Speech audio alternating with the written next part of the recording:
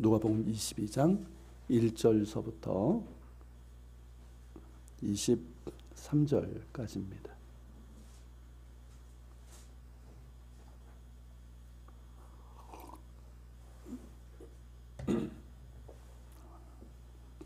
누가복음 22장 1절서부터 23절까지 찾으신 줄 알고 한 절씩 저와 함께 교독하시겠습니다. 유월절이라 하는 무교절이 다가오매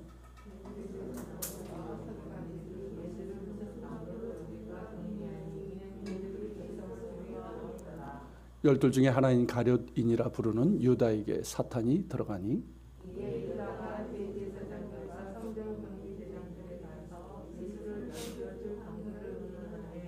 그들이 기뻐하여 돈을 주기로 언약하는지라.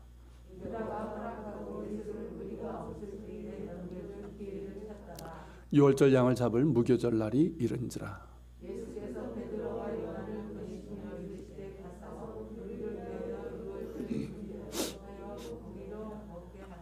여짜오되 어디서 준비하기를 원하시나이까?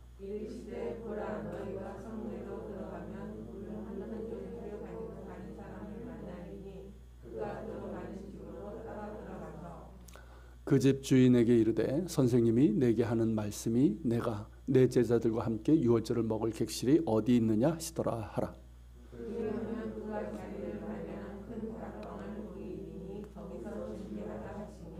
그들이 나가 그 하신 말씀대로 만나 유월절을 준비하니라. 이르시되 내가 고난을 받기 전에 너희와 함께 이 유월절 먹기를 원하고 원하였노라. 내가 너희에게 이르노니 이 유월절이 하나님의 나라에서 이르기까지 끊김없이 만연하리라. 이에 잔을 받으사 감사 기도하시고 이르시되 이것을 갖다가 너희끼리 나누라. 내가 너희에게 이르노니 내가 이제부터 하나님의 나라가 임할 때까지 포도나무 나무에서 난 것을 다시 마시지 아니하리라 하시고 또 떡을 가져 감사 기도하시고 떼어 그들에게 주시며 이르시되 이것은 너희를 위하여 주는 내 몸이라. 너희가 이를 행하여 나를 기념하라 하시고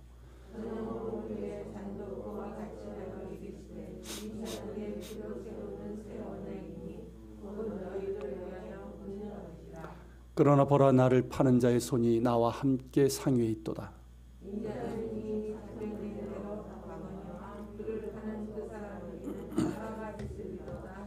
다 같이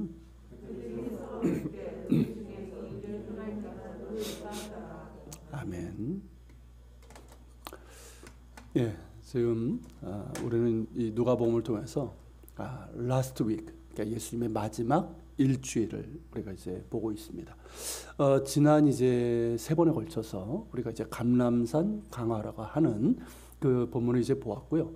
오늘은 이제 마지막 일주일에 목요일에 있었던 이른바 이제 최후의 만찬이라고 하는 이 사건입니다. last week, 마지막 일주일이라는 말도 그렇고요.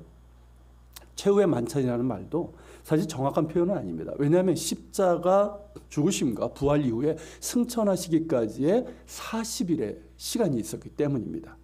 그리고 이제 그 기간 동안 제자들 전체는 아니지만 제자들 몇과 함께 몇 번의 식사도 하셨습니다. 그럼에도 이런 표현을 쓰는 이유는 아무래도 이제 예수님의 공생의 핵심이 뭡니까? 십자가잖아요. 부활이고. 그래서 이제 여기에 이 한 주간에 집중되어 있기 때문이고, 그리고 이제 십자가 고난을 앞두고 이 제자들과 마지막으로 나누신, 전체 제자들과 나누신 만찬이고, 그리고 이 만찬에 담겨져 있는 중요한 의미들로 인해서 그렇게 부르고 있습니다. 본문 1절에서는 이제 유월절이라 하는 무교절이 다가오매라고 했어요. 본래는 이제 유월절이 있고 그 다음 날부터 무교절이 시작돼서 일주일 동안 이어지게 됩니다. 유월절은 아시는 것처럼 하나님께서 애굽에 내린 이제 10번째 재앙이죠.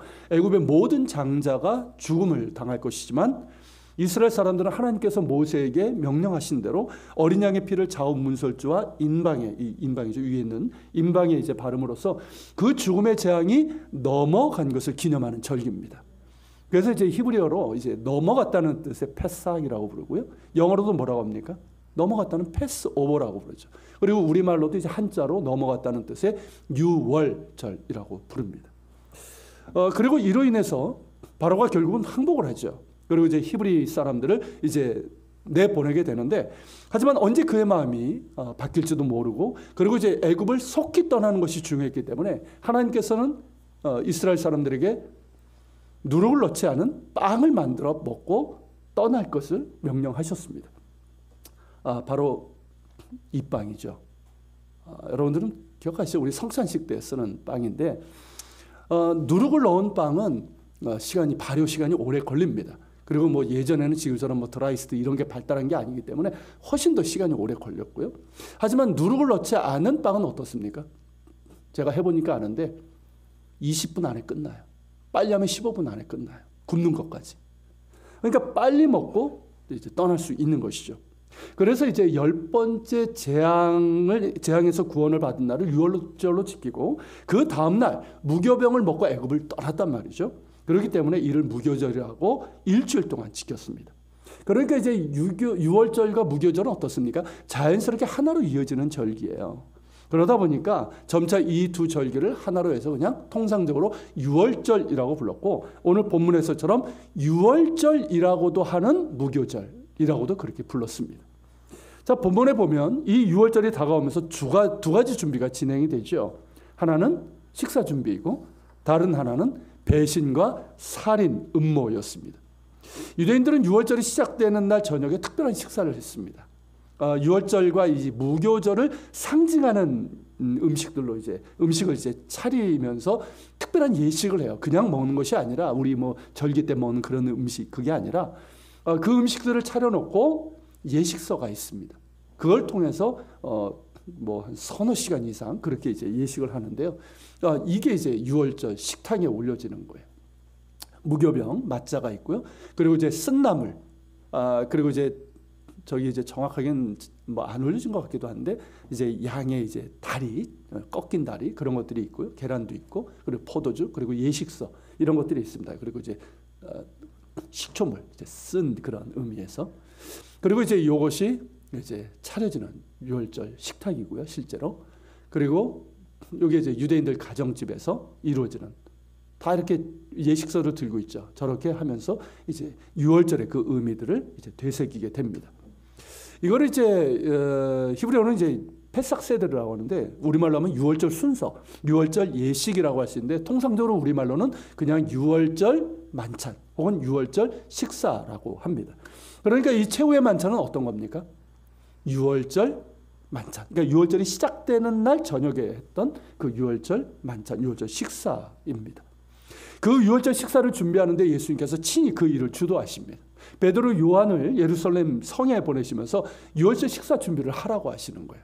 그러니까 베드로, 요한이 그러면 어디서 준비를 할까요? 이렇게 물으니까 예수님께서는 성내로 들어가면 물 한 동이를 지고 가는 사람을 만날 것인데, 그가 들어가는 집을 따라 들어가고, 그리고 집주인에게 예수님께서 내일 제자들과 함께 유월절 식사를 하실 것인데 그 객실이 어디인지를 물으라는 것입니다. 사실 좀 막연한 말씀일 수 있겠죠. 예루살렘 성 안에 물동이를 이고 가는 사람이 한두 사람이겠습니까? 작은 촌동네가 아니에요. 도시예요. 그리고 유월절일이 가까웠기 때문에 어떻습니까? 사람들이 많단 말이죠. 그런 가운데 물동이를 지고 가는 사람이 어디 한둘이겠습니까? 예전에는 또 성 밖에 이제 샘이 있었기 때문에 그 물을 길어 올려야 됐단 말이죠. 그리고 그 가운데 누구를 따라갈 것이며, 그리고 따라 들어가서 집주인에게 말하면 과연 그 방을, 그 객실을 내줄까 하는 염려도 있을지도 모릅니다. 그리고 이제 방을 준비해도 유월절 식사를 준비해야 되는데, 제자들 처지에서는 이도 만만한 일이 아니었을 것입니다. 이래저래 걱정되는 상황인 거예요. 그런데 여기서 사용된 단어가 뭐냐면 남성형이에요. 즉 남자라는 것이죠. 당시에는 일반적으로 여자들이 물동이를 날랐습니다. 그렇기 때문에 남자가 이 물동이를 나르는 것은 드문 일이었고, 그러니까 어떻습니까? 금방 눈에 띄는 거예요. 예수님께서 말씀하신 대로 이들은 성 안에서 물동이를 지고 가는 남자를 보았습니다. 말씀하신 대로 그가 들어가는 집에 따라 들어가서 집주인에게 말씀하신 그대로를 전했어요. 그러자 집주인은 유월절 식사를 할 수 있는 큰 다락방을 보여줍니다. 우리 성경에는 큰 다락방이라고 되어 있지만 예전에 한번 말씀드렸듯이 우리나라의 그 다락방, 요즘은 다락방도 별로 없죠. 그죠? 이 우리나라의 그런 다락방을 생각해서는 안 돼요. 당시 이스라엘 사람들의 가옥, 특히 이제 예루살렘에서의 집은 1층은 주로 방들과 이제 주방 이렇게 이제 구성이 되어 있고요. 생활 공간이에요. 그리고 2층은 똑같은 면적의 넓은 그냥 홀이 있습니다. 홀로 되어 있는 거예요. 넓은 공간이에요. 그래서 그 공간에서 사람들이 이제 많이 모였을 때 모임도 하고 식사도 하는 그런 공간입니다. 그렇기 때문에 이 본문에 기록된 큰 다락방, 우리가 보통 마가의 다락방이라고 얘기하는데 이거는 뭐냐면 마가의 집에 뭡니까? 2층 홀, 2층의 큰 방이라고 할 수가 있어요. 바로 이것이 이제 오늘날 마가의 다락방이에요. 물론 이제 그 자리에 거의 비슷한 공간을 저건 이제 십자군 시대 때 건물인데 저런 공간입니다. 꽤 넓죠. 그리고 어떻습니까? 사람들 보세요. 여기서 여러분 성령 강림이 임했잖아요. 120명이 충분히 모일 수 있는 그런 공간입니다. 이런 것이고요. 그리고 이제 본문에는 이제 생략되어 있지만 유월절 식사에 필요한 음식까지도 이 집주인이 다 준비한 것으로 보입니다. 그러니까 예수님께서 말씀하신 그대로 된 것이고 걱정했던 식사까지도 다 이루어진 것이에요. 그러니까 베드로와 요한은 어떻습니까? 막 놀라면서 막 안심도 되고 놀라면서 주님이 말씀하시는 것이라면 그 무엇이든지 믿을 수 있다는 그런 생각을 다시 한번 했을 겁니다. 자, 이렇게 예수님의 주도하에 유월절 식사 준비가 진행이 되었는데요. 다른 한편에서는 아주 사악한 모의가 이루어졌습니다. 2절에서 보는 것처럼 대제사장들과 이 서기관들, 즉 사두개파와 바리새파 하잖아요. 이 둘은 서로 사이가 안 좋은데 이 둘이 예수님을 죽일 방도를 함께 찾고 있었습니다. 하지만 유월절이니까 많은 사람들이 예루살렘에 와 있고 그리고 백성 가운데 예수님의 인기가 높았잖아요. 예수님이 가는 곳마다 사람들이 몰려드니까 어찌할 방법이 없는 거예요. 그런데 가룟 유다로 인해서 이 모든 상황이 변하게 됩니다. 가룟 유다가 대제사장들과 성전 경비대장, 이 군인들이죠. 이들에게 찾아가서 예수님을 넘겨줄 방도를 제안하면서 의논을 하게 된 거예요. 그들로서는 어떻습니까? 내부자를 동지로 얻게 된 것이죠. 그러니까 그로 인해서 어떻게 됩니까? 예수님의 동선을 미리 알게 되는 거예요. 그러니까 비밀리에 예수님 일행이 어떤 한적한 곳에 있게 되면 어떻습니까? 야밤에 그것도. 그러면 비밀리에 예수님을 체포할 수 있게 되고 일단 체포되면 어떻습니까? 사형에 해당하는 죄를 덮어 씌우는 것은 어려운 일이 아니에요. 확실한 스파이 하나를 얻은 것이고 그 대가로 돈을 주기로 했습니다. 그렇게 해서 악한 세력들의 계획이 준비되고 진행이 됩니다. 자, 그렇다면 잠깐 우리가 생각할 것은 가룟 유다는 왜 예수님을 배신했을까요? 본문에는 가룟인이라 부르는 유다에게 사탄이 들어가니라고 말하고 있습니다. 여기서 사탄이 들어갔다는 말은 귀신 들렸다는 뜻이 아니에요. 그러니까 그 악한 마음에 사탄이 깃들어서 그 마음을 더욱더 악하게 만들고 그리고 충동하여 실행에 옮기도록 했다는 것이죠. 실제로 여러분 그런 경우가 많습니다. 악한 마음이 생길 수 있죠. 그런데 사탄이 거기서 깃들면 어떻게 됩니까? 그 악한 마음을 더욱더 악하게 만들고 충동해서 실제로 실행하게 만듭니다. 그러니까 사탄이 지배하는 그런 상황이 되어버리는 것이죠.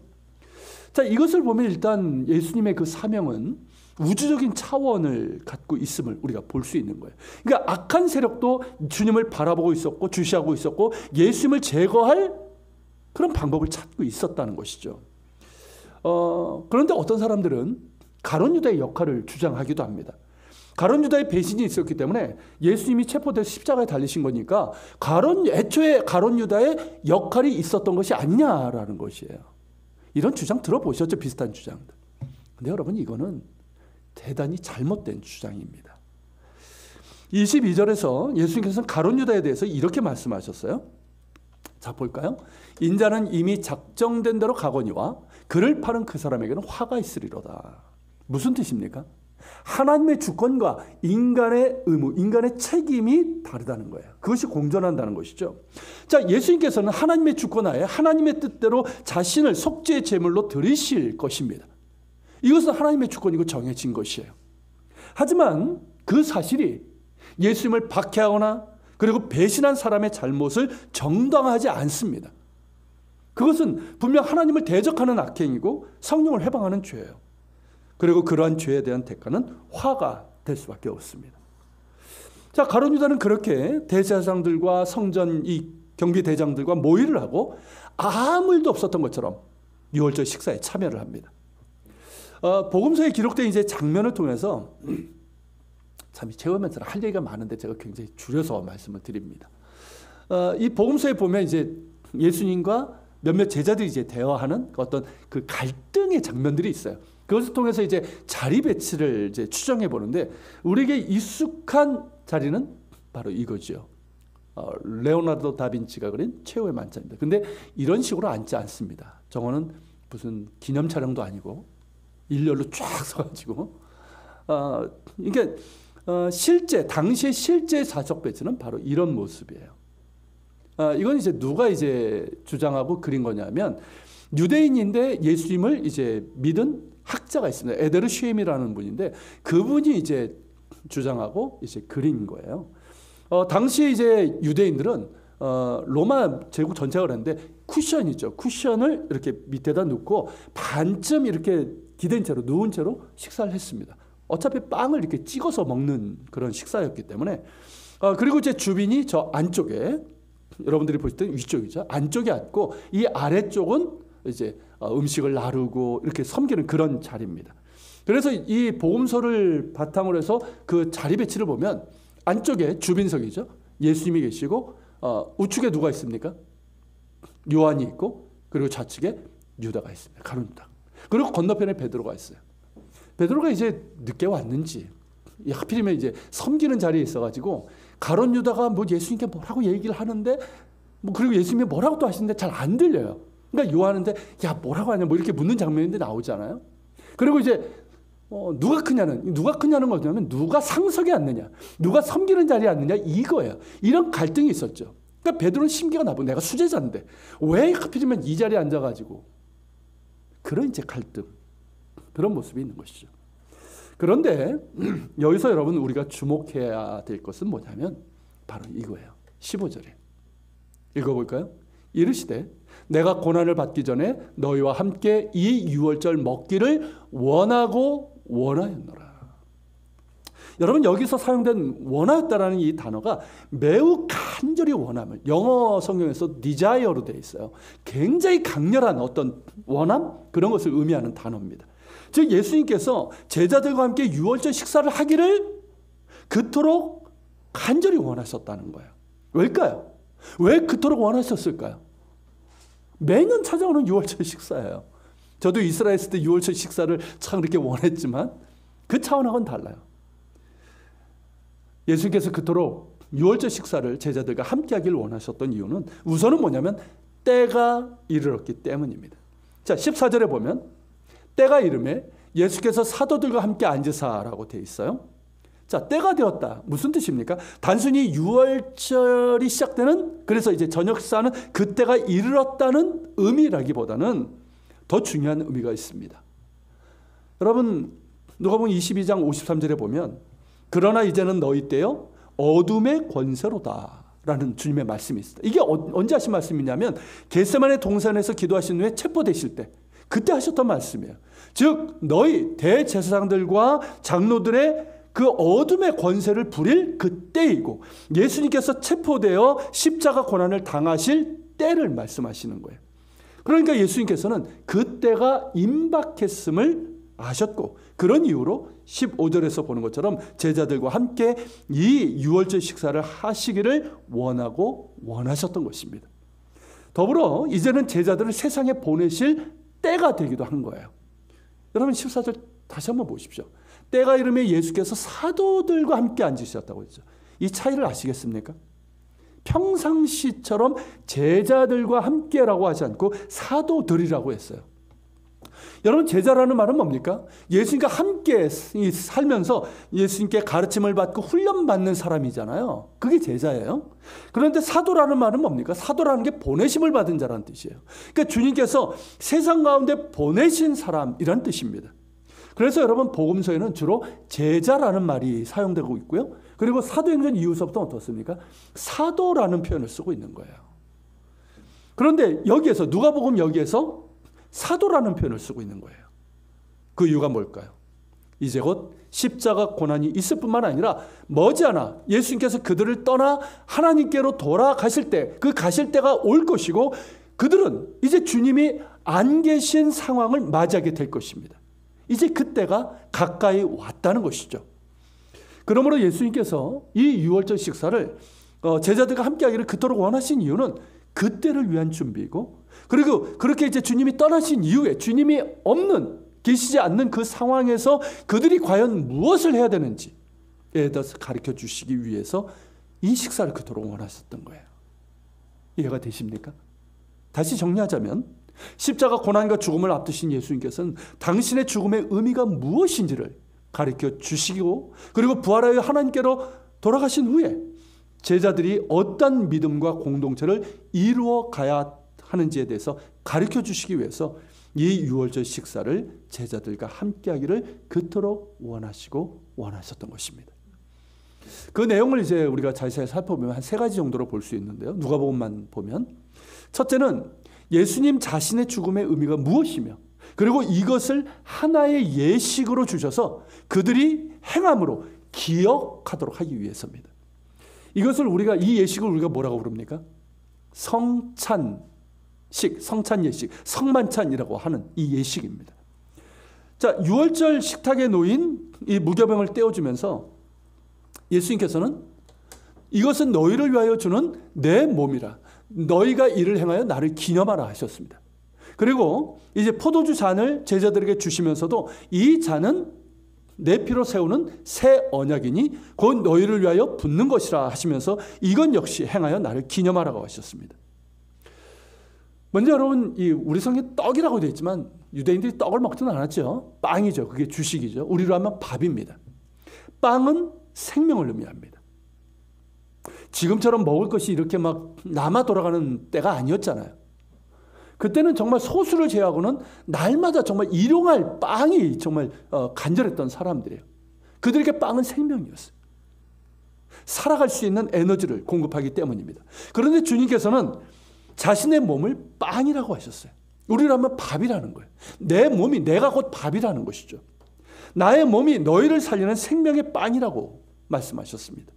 이런 십자가에서 찢기실 주님의 몸을 말씀하시는 것이고, 주님의 몸을 죽음에 내어줌으로써 우리가 생명을 얻음을 의미합니다. 생명이신 주님께서 우리를 위해서 십자가에서 그 몸을 찢기시고 죽으심으로 우리가 생명을 얻게 되었습니다. 할렐루야.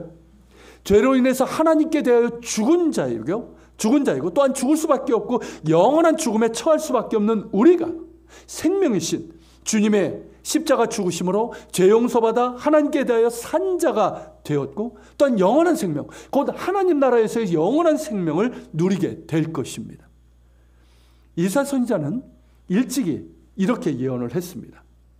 자, 이사야서 53장 5절인데요. 같이 읽겠습니다.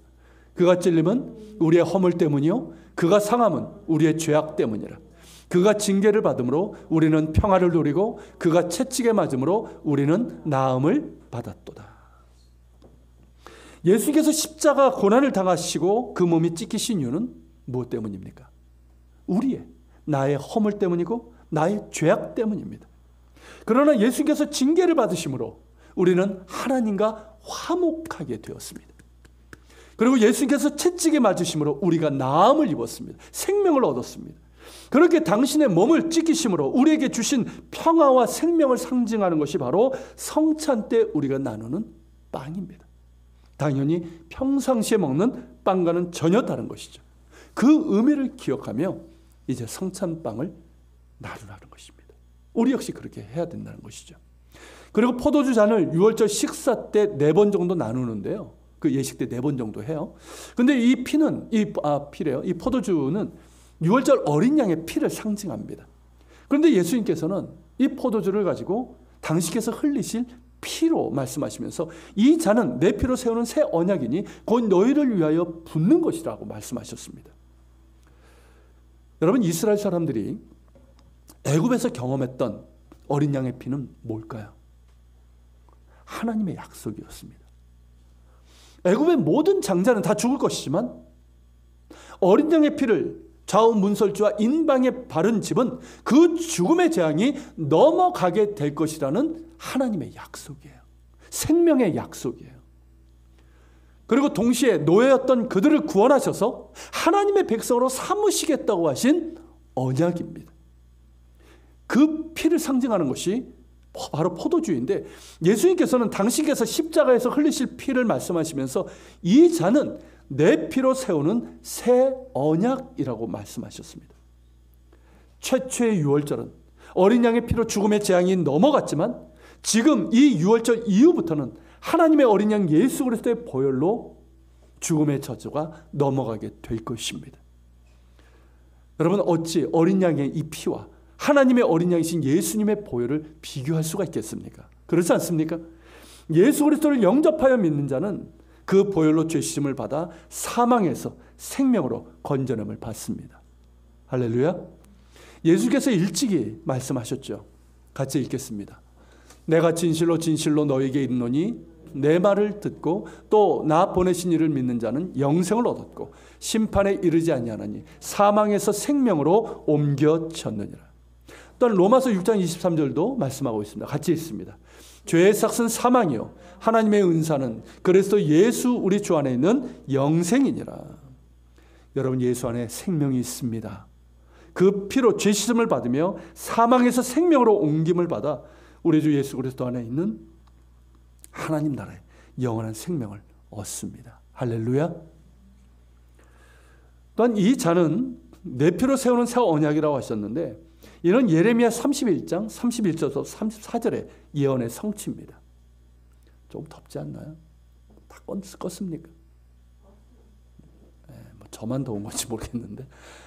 자, 예레미야 31장 이 말씀 우리 같이 한번 읽겠습니다. 여호와의 말씀이니라. 보라, 날이 이르느니 내가 이스라엘 집과 유다 집에 새 언약을 맺으리라. 이 언약은 내가 그들의 조상들의 손을 잡고 애굽 땅에서 인도하여 내던 날에 맺은 것과 같지 아니할 것은 내가 그들의 남편이 되었어도 그들이 내 언약을 깨뜨렸음이라. 여호와의 말씀이니라. 그러나 그날 후에 내가 이스라엘 집과 맺을 언약은 이러하니 곧 내가 나의 법을 그들의 속에 두어 그들의 마음에 기록하여 나는 그들의 하나님이 되고 그들은 내 백성이 될 것이라. 여호와의 말씀이니라. 그들이 다시는 각기 이웃과 형제를 가리켜 이르기를 너는 여호와를 알라 하지 아니하리니 이는 작은 자로부터 큰 자까지 다 나를 알기 때문이라. 내가 그들의 악행을 사하고 다시는 그 죄를 기억하지 아니하리라. 여호와의 말씀이니라. 아멘. 여러분, 이 말씀을 잘 보십시오. 어떻게 성취가 되었는지. 하나님께서는 일찍이 예레미야 선지자를 통해서 새 언약에 대해서 말씀하셨어요. 옛 언약은 뭡니까? 출애굽하여서 시내산에서 맺은 언약입니다. 그 언약은 십계명 돌판에 돌에 새긴 언약이었습니다. 그 언약을 통해서 하나님은 이스라엘 백성의 남편이 되셨어요. 하지만 그들은 그 언약을 깨뜨렸습니다. 이는 우리가 구약성을 통해서 눈에 볼 수 있는 부분 내용입니다. 하지만 하나님께서는 장차 새 언약을 맺을 것인데 그 언약은 이전과 같이 돌에 기록하지 않고 그들의 마음에 두고 기록하여 하나님은 그들의 하나님이 되고 그들은 하나님의 백성이 되는 언약이라고 하셨습니다.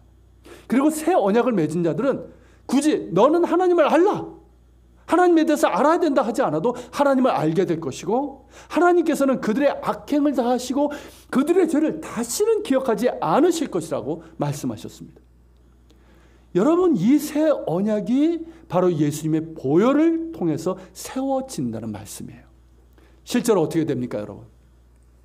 자기 죄를 회개하고 예수 그리스도를 구주로 영접하여 믿어 영접하는 자는 그 보혈로 죄 씻음을 받습니다. 예수님의 보혈로 인해서 하나님께서는 그 악행을 사하실 뿐만 아니라 어떻습니까? 예수의 보혈에 의지해서 죄를 회개한 사람은 다시는 그 죄를 기억하지 않으십니다. 믿습니까? 우리는 기억해요. 저도 기억해요. 이미 회개했음에도. 그러나 하나님께서는 예수의 보혈에 의지해서 회개한 그 죄는 결코 다시는 기억하지 않으십니다. 믿으십니까, 여러분? 그리고 하나님의 아들 예수 그리스도께서 십자가에서 이루신 의로 우리가 어떠함을 받습니까? 의롭다 인정함을 받게 되는 거예요. 할렐루야. 놀라운 은혜인 거예요. 또한 누구든지 예수를 주라 시인하는 자에게는 성령께서 내주하십니다. 성령께서 예수를 주라 시인하게 하시고 우리가 주님의 것임을 보증하십니다. 여러분, 우리 안에는 내가 주님의 것임을 보증하는 성령께서 계십니다. 그리고 우리에게 믿음을 더해 주시고 하나님의 말씀을 깨닫게 하시며 우리가 예수님 안에 있게 하시고 예수님과 동행하게 하십니다. 그래서 예수님을 통해서 하나님을 알게 하시는 거예요. 여러분, 누구든지 예수님 안에 있는 자는, 그 안에 정말 예수님의 성령이 있는 자는 하나님을 알게 됩니다. 예수님을 통해서 하나님의 어떤 분이신지 알게 되고, 그렇기 때문에 구태여 누가 너는 하나님을 알라라고 하지 않아도 하나님을 알게 되는 거예요. 하나님을 알 뿐만 아니라 하나님의 보좌 앞으로 담대히 나아갈 수 있게 됩니다. 그렇게 성령께서 우리의 심령 가운데 새 언약을 기록하십니다. 예수 그리스도의 성령이 내주하시는 것 그 자체가 새 언약인 거예요. 그렇기 때문에 여러분, 로마서 8장 2절에서 이렇게 선포하고 있는 겁니다. 같이 있습니다. 이는 그리스도 예수 안에 있는 생명의 성령의 법이 죄와 사망의 법에서 너를 해방하였습니다. 할렐루야. 여러분, 예수님 안에 있는 생명의 성령의 법, 이 새 언약이에요. 그 생명의 성령의 법이 죄와 사망의 법에서 우리를 해방하였습니다. 우리를 자유하게 했습니다. 예수님을 나의 구주로 믿는 우리는 예수님의 보혈로 세워진 새 언약의 백성입니다. 이것을 기억하라는 거예요. 성찬을 행할 때마다, 주의 몸과 이 피를 받을 때마다 이것을 기억하라는 거예요. 그럼 우리 포도주 잔 역시 어떻습니까? 그 어떤 포도주와는 다를 수밖에 없는 거예요. 우리가 성찬식에서 이 잔을 받을 때마다 이 잔이 예수님의 피로 세워진 새 언약임을 기억하면서 받을 것이고, 동시에 뭡니까? 내가 누구에게 속한 자인지, 내가 어떤 사람이며 어떤 은혜 가운데 살아가고 있는지를 기억하라는 거예요. 기억하시길 바랍니다. 그렇습니다, 여러분. 우리는 예수님의 몸과 피로 세워진 새 언약의 백성이에요. 하나님이 우리의 하나님이시고 우리는 그분의 백성입니다. 우리는 아무런 공로가 없지만 오직 예수 그리스도의 십자가 고난과 죽으심으로 죄사함을 받았고, 예수님께서 십자가에서 이루신 의로 말미암아 의롭지 못한 우리가 의롭다함을 받았습니다. 여러분, 이 얼마나 놀라운 은혜이며 이 기가 막힌 은혜입니까? 정말 어메이징 그레이스. 그 어떤 세상 어떤 것보다도 위대한 은혜이고, 그 세상, 이 세상 그 무엇으로도 갚을 수 없는 크고 큰 은혜입니다. 이 은혜를 받은 사람들이 바로 우리입니다. 여러분이에요. 아십니까, 여러분? 이 은혜 가운데 살아가고 있는 것이 바로 우리입니다. 그 은혜를 기억하십시오. 여러분, 세상을 살아가면서 이 은혜를 기억하십시오. 이 은혜를 결코 헛되이 여기지 말 것이며 헛된 것으로 만들어서도 안 됩니다. 그 은혜를 기억하며 감사하며 그 은혜를 입은 자답게 합당한 믿음과 순종의 삶을 살아가야 할 것이고, 그 은혜 있는 자답게 때로는 고난과 역경이 있을지라도 감사하고 인내하면서 은혜에 힘입어 살아갈 수 있는 우리 모두가 될 수 있기를 축원합니다. 그리고 여러분, 두 번째는 예수님께서 성찬을 통해서 주님께서 제자들과 함께 하심을 기억하고, 또한 그들이 주님 안에서 하나 되기를 원하셨습니다. 요한복음 17장에 보면 예수님의 기도가 나오는데요, 이것은 이제 유월절 식탁에서 제자들을 위해서 하신 기도의 내용이에요. 그 기도의 핵심이 뭔지 아십니까, 여러분? 아버지와 내가 하나인 것처럼 저들도 우리 안에서 하나가 되게 하옵소서, 이거예요. 다른 것 아니에요. 저들이 우리 안에서 하나가 되게 해달라는 거예요. 그렇게 주님 안에서 하나가 되고 주님의 사랑 안에서 하나가 되어서 하나님의 사랑 안에 있게 하시고, 그리고 그들이 세상에 나갈 때 그들을 통해서 세상이 하나님을 알게 해달라는 것이에요. 이것이 주님의 기도입니다. 이런 주님의 기도, 주님의 마음이 담겨져 있는 것이 바로 성찬이에요.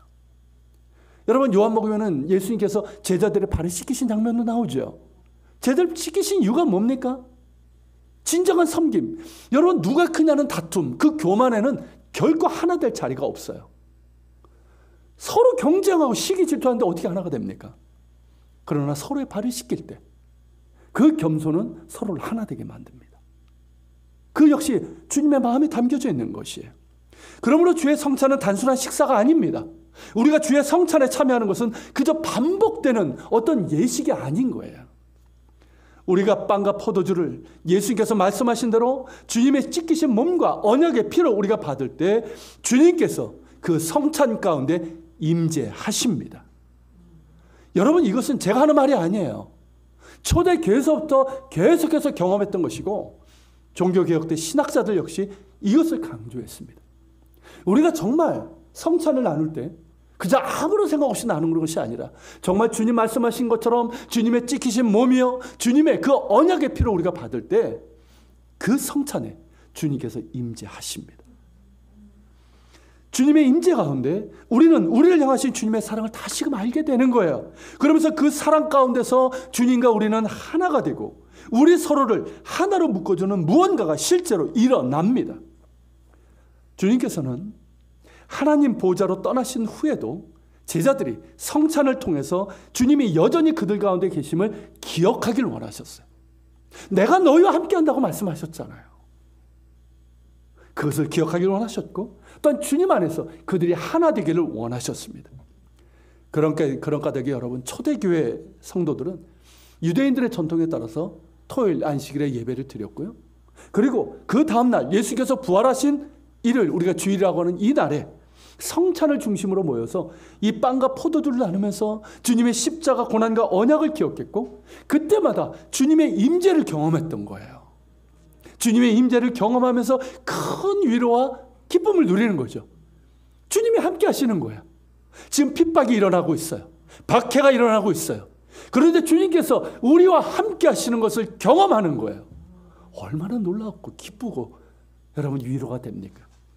그렇게 그들은 힘을 얻어서 주님의 사랑으로 하나가 되는 거예요.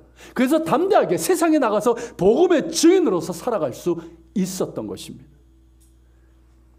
여러분, 예수님께서 성찬을 통해서 우리에게 원하시는 것은 주님을 기억하라는 것이에요. 십자가 고난을 통해서 우리를 구원하신 그 은혜를 기억하면서 당신의 몸과 피를 내어주신 그 사랑을 기억하라는 것입니다.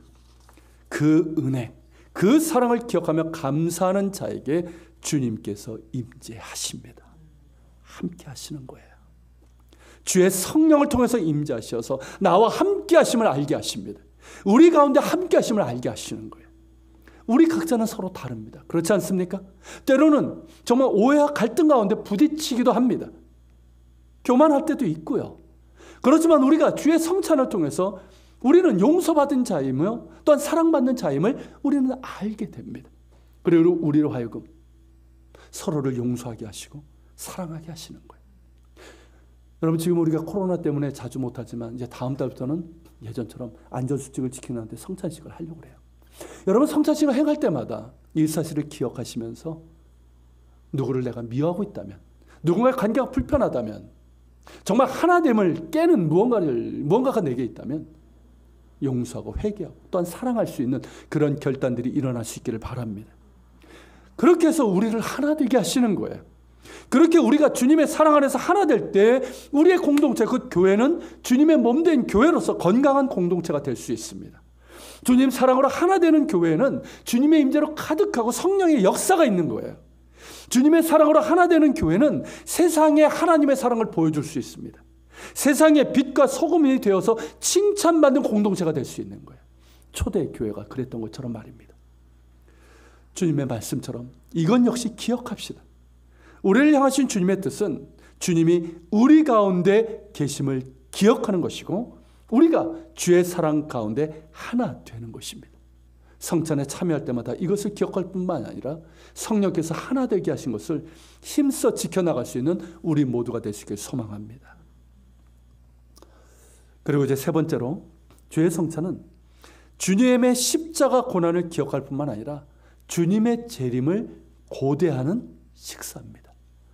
여러분, 고린도전서 11장 26절에서 이렇게 말씀하고 있어요. 같이 읽겠습니다.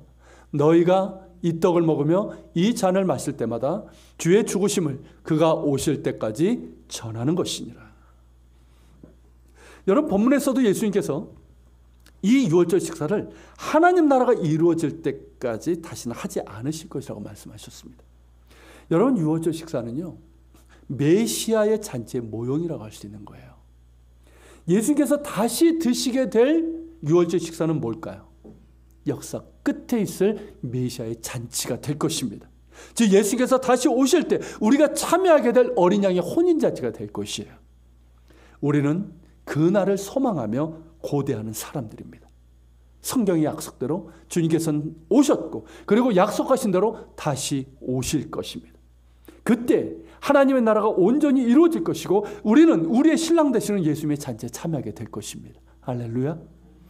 성찬은 바로 이 소망을 기억하는 시간인 거예요.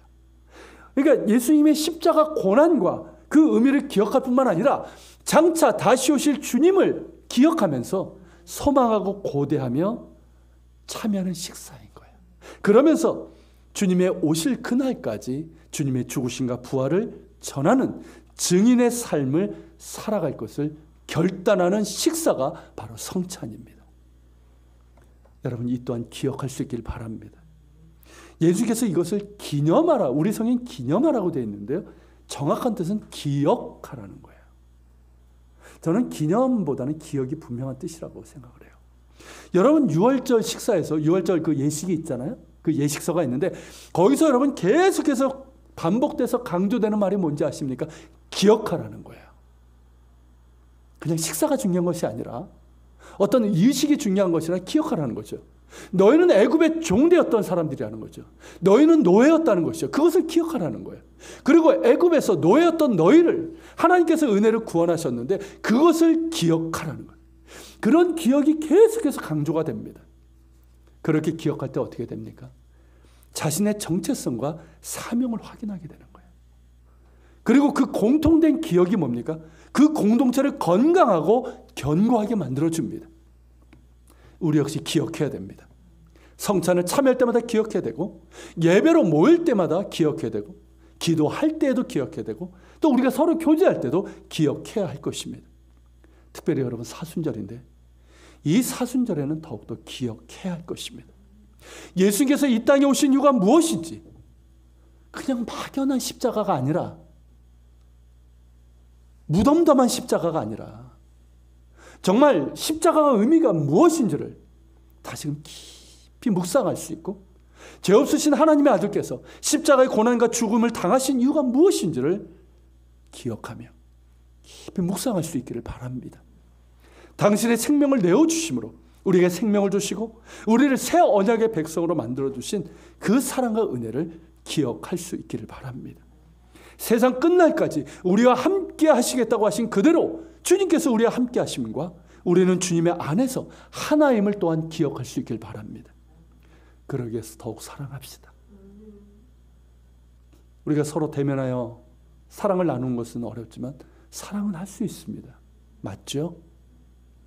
화면으로 보시는 분들도 맞죠? 서로 사랑합시다. 그리고 성령께서 하나 되게 하신 것을 힘써 지켜나갈 수 있길 바랍니다. 또한 주님의 성찬에 참여할 때마다 주님 다시 오실 그날을 소망하며 주님의 사랑을 세상에 전하는 복음의 증인으로 살아갈 수 있는 우리 모두가 될 수 있기를 우리의 생명이며 구원이며 소망이신 예수 그리스도 우리 주님의 이름으로 축원합니다. 같이 기도하겠습니다. 주님 오늘 주님께서 그토록 이 6월절 식사를 제자들과 함께 하시기를 원하신 이유를 우리가 살펴보았습니다. 주님 우리 역시 성찬에 참여합니다. 성찬에 참여할 때마다 아니 주님 앞에 나아가 예배하고 기도하고 우리가 교제할 때마다 이 사실들을 기억하게 하여 주옵소서. 이스라엘 백성들처럼 하나님을 잊어버린 사람들 되지 않게 하시고 기억하게 하옵소서. 주님의 십자가 고난의 의미가 무엇인지를 기억하게 하시고 주님께서 우리에게 세우신 새 언약이 무엇인지를 또한 기억하게 하여 주옵소서. 또한 주님 세상 끝날까지 우리와 함께 하시겠다고 하신 그 주님의 약속 또 우리가 주님 안에서 하나임을 또한 기억하게 하시고 또 주님 다시 오실 그날도 우리가 기억하며 그날을 소망하며 주의 사랑을 세상에 전하는 복음의 증인으로 살아갈 수 있는 우리가 될 수 있도록 도와주시옵소서. 우리 말씀을 기억하면서 같이 기도하며 나갑시다. 사랑하는 주님, 이 시간 기도하며 주님 앞에 나갑니다. 그렇습니다. 주님, 아버지 하나님 이 말씀들이 이들에게 부르시길 원합니다. 주님 눈을 열게 하시고 아버지 하나님 열게 하여 주옵소서. 거룩하신 주님, 이 말씀처럼 정말 아버지 주님의 그 성찬에 담겨져 있는 주님께서 그토록 원하신 이유를 우리가 알게 하여 주시옵시고, 정말 아버지 주님의 십자가의 그 권한, 그 의미를 알게 하여 주시옵소서. 주님의 아버지 하나님 그 지키신 몸과 피를 통해서 우리가 죄사함을 받았고 새 언약의 백성이 되었나이다. 또한 주님, 세상 끝날까지 함께 하시겠다고 하신 그 약속이 우리가 주의 성찬에 참여할 때 주님께서 우리에게 인자하심으로 가운데 우리가 경험할 수 있게 되고 확인할 수 있는 것이고, 또한 우리가 주님 안에서 하나 되길 원하시는 주님의 뜻대로 우리가 서로를 용서하며 사랑하며 우리가 겸손하게 섬기는 가운데 하나됨을 우리가 떠나보라는 기억하게 하여 주십시오. 또한 주님, 우리가 주의 성찬에 참여할 때마다 주님의 다시 오심을 또한 선언하며 주님의 사랑을 세상 끝까지 세상에 전할 수 있는 그런 복음의 증인으로 살아갈 수 있는 그런 아버지 하나님 모든 것을 기억할 수 있는 상태 되게 하시고, 그런 우리 공동체가 될 수 있도록 도와주시길 원합니다. 살아계신 주님 도와주소서. 아버지 하나님 우리의 연약함을 부시고 좀 우리 가운데 그런 믿음과 그런 은혜를 주시기를 간절히 바라고 원합니다. 아버지 하나님 좀 주여 아버지 하나님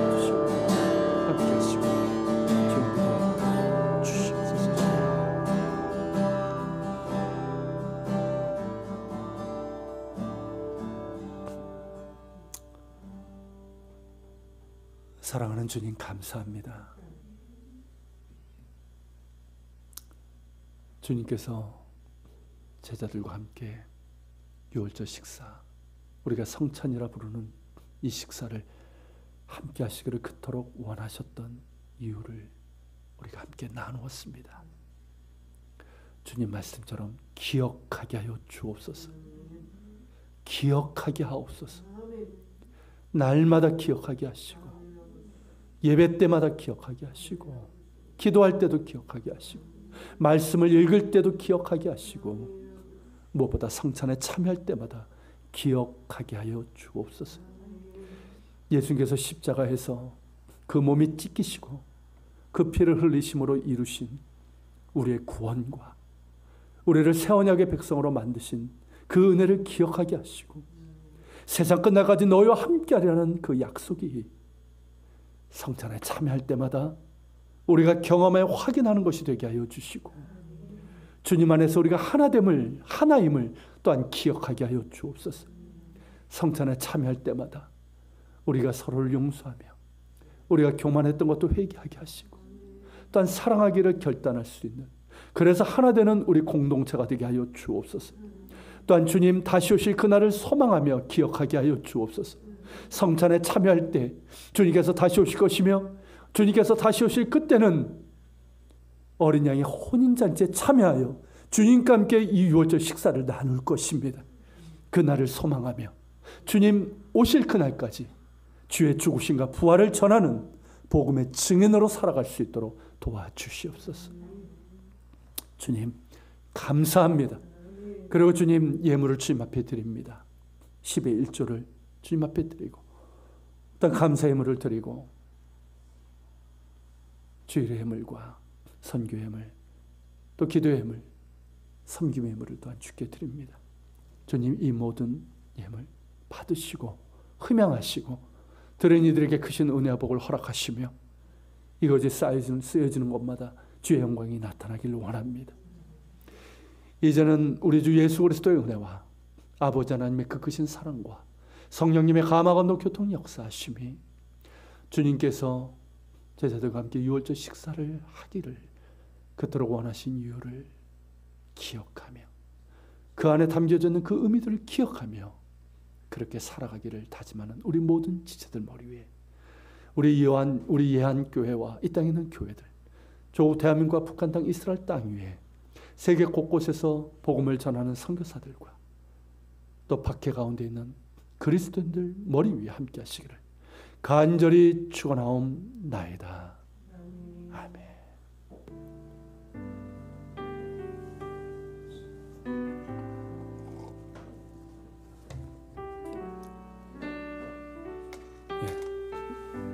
예배를 마치겠습니다. 한 주간 평안하시고 다음 주에 뵙도록 하겠습니다.